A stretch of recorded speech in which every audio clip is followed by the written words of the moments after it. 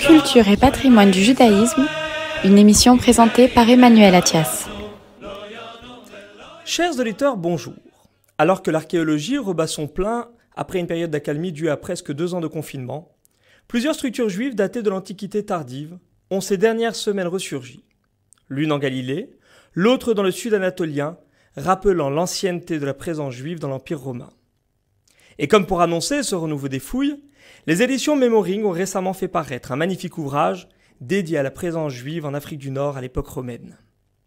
Écrit par le professeur émérite en histoire antique Yann Le Bohec, le livre intitulé « Les Juifs dans l'Afrique romaine » est le résultat de décennies de recherche et de réflexion.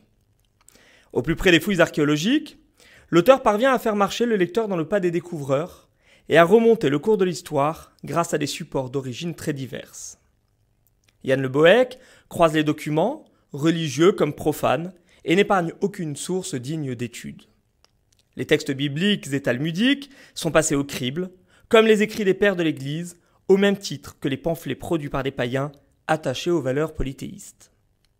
Commentés et nuancés, les sources littéraires sont confrontées aux objets mobiliers et immobiliers retrouvés à travers toute l'Afrique du Nord par de nombreuses équipes de chercheurs depuis plus d'un siècle. L'ouvrage démonte de nombreux mythes et revoit au mieux une chronologie hasardeuse proposée par des auteurs parfois idéologisés, le plus souvent manquant de rigueur.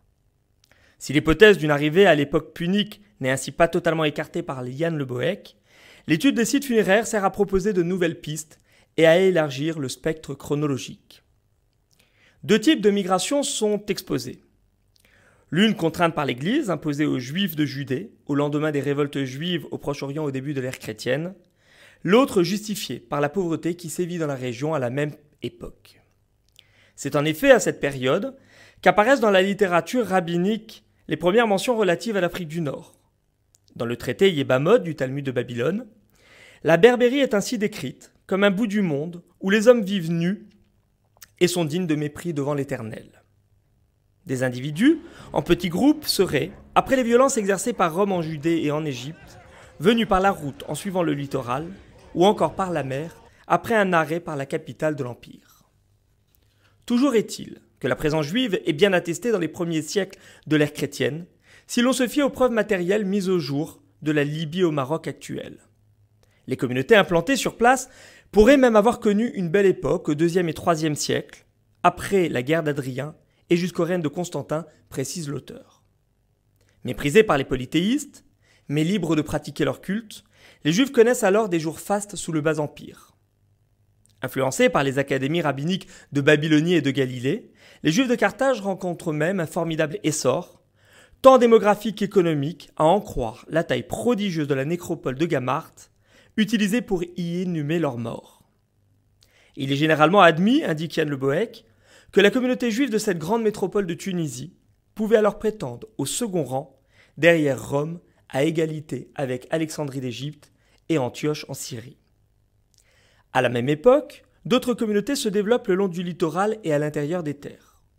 D'est en ouest, des inscriptions gréco-latines, émaillées de caractères hébraïques et de symboles juifs, confirment la présence de populations pratiquant le judaïsme à Sétif, Constantine et Cherchell pour l'Algérie, et à Tanger ou encore Volubilis pour l'actuel Maroc.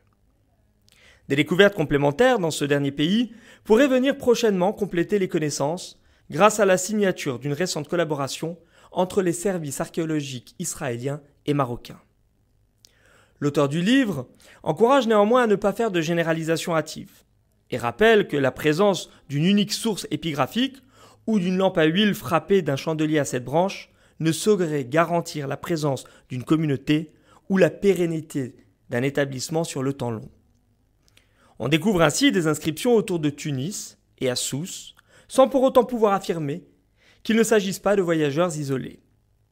L'ouvrage de Yann Le Bohec donne, on l'aura compris, à découvrir un univers méconnu, où juifs, païens et premiers chrétiens se côtoient avec défiance, mais dans une relative harmonie.